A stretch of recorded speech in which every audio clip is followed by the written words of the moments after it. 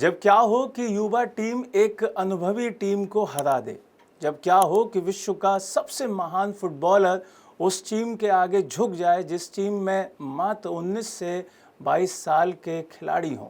बात कर रहे हैं हम स्पेन और अर्जेंटीना के फाइनल फुटबॉल मैच की। बात कर रहे हैं हम फीफा वर्ल्ड कप 2026 की।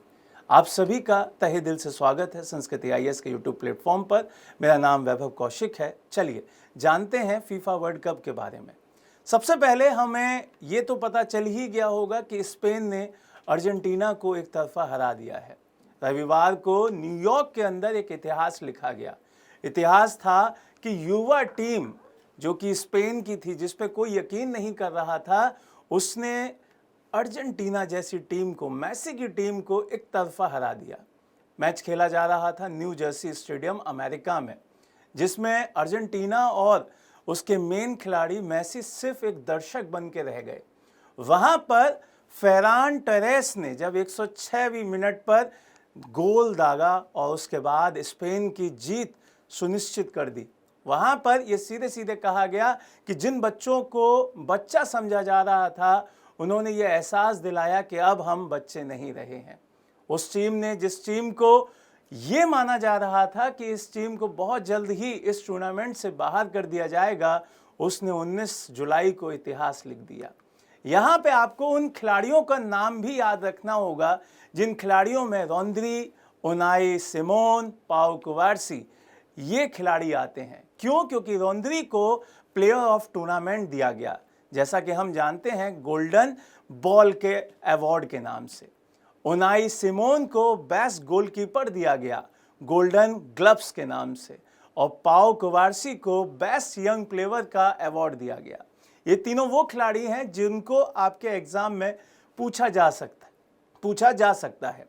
यहाँ पे बात आती है फीफा वर्ल्ड कप की, कि फीफा वर्ल्ड कप का जो पूरा इतिहास है वो कैसे आपके लिए इंपॉर्टेंट हो जाता है। फीफा क्या है, यहाँ पे आपको समझना होगा। फीफा की जो फुल फॉर्म है federation international the football association, और ये दुनिया की सर्वोच्च संस्था है जो फुटबॉल के मैचेस कराती है। यहाँ पर जो नियम, कानून, कायदे जो भी बनाए जाते हैं वो इसी फेडरेशन के द्वारा बनाए जाते हैं, इसी संस्था के द्वारा बनाए जाते हैं। फीफा हर 4 साल के बाद खेला जाने वाला सबसे बड़ा टूर्नामेंट है फुटबॉल का, जिसमें कई सारे देश आते हैं, कई सारी टीमें वहां पे भाग लेती हैं और एक टीम वहां पे जीतती है।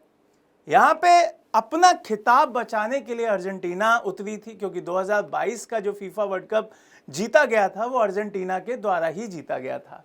यहाँ पे अगर हम बात करते हैं कि जो ये पूरा का पूरा इतिहास है फीफा का, उसकी जो इम्पोर्टेंट चीज़ें हैं जिसमें मुख्यालय आता है वो है आपका ज्यूरिख में, जो कि स्विट्जरलैंड में मौजूद है। इसके साथ साथ इसके संस्थापक देश France, Belgium, Denmark, Netherlands, Spain, ये सारे के सारे हैं। यहाँ पे इसकी स्थापना 21 मई 1904 में की गई थी, और इसके साथ साथ जो वर्तमान देश हैं 211 इसके वर्तमान देश हैं।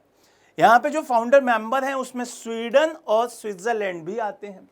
अब यहाँ से सवाल ये आता है कि फीफा के प्रमुख कार्य क्या होते हैं। तो यहाँ पे एडमिनिस्ट्रेशन संभालना, जैसा मैंने स्टार्टिंग में बताया, रूल एंड रेगुलेशन बनाना, इसका सबसे इंपॉर्टेंट काम है।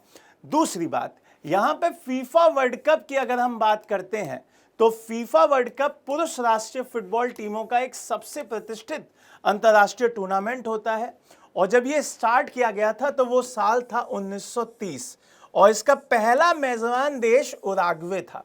उरुग्वे के बारे में भी बात करेंगे, क्योंकि उरुग्वे 2 बार ये टूर्नामेंट जीत चुका है। इसके साथ साथ मैं बताऊंगा भी कि किस टीम ने सबसे ज़्यादा जीता है, कौन टीम यहाँ पे अभी जो जीती है वो कितनी बार जीती है, ये सब कुछ हम बात करेंगे। और पहला विजेता कौन था भाई, वो भी उरुग्वे ही था। तो यहाँ से अपने आप में ये बहुत इंपॉर्टेंट हो जाता है कि पहला मेज़बान भी वो था और पहला विजेता भी वो था।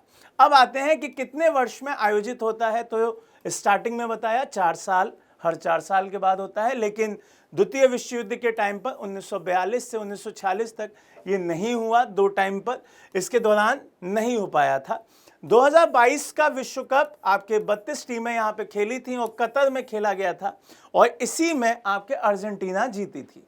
2026 की बात करते हैं तो इसमें 3 मेजबान देश थे, अमेरिका, कनाडा और आपका मैक्सिको।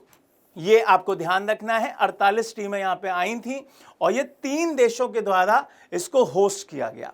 यहां से इंपॉर्टेंट हो जाता है कि इसका महत्व क्या है, क्योंकि जब आप पूरे विश्व में एक मंच ऐसा दे रहे हैं जहां पे सारे देशों के द्वारा ये खेल खेला जा रहा है, तो उससे यूनिटी बनती है, उससे एकता आती है।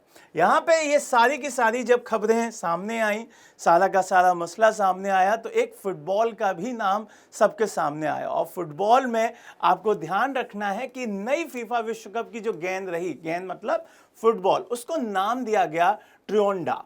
और ये बहुत खास तरीके की फुटबॉल थी, इसमें चिप लगी हुई थी जो कि सारी की सारी उसकी मूवमेंट बताती थी, किस एंगल से, किस स्पीड से, ये सारी जानकारी उस फुटबॉल के अंदर लगी हुई चिप के द्वारा दी जाती थी। अब यहाँ पे कुछ इस तरीके की ये फुटबॉल थी और ये बहुत इंपॉर्टेंट होता है।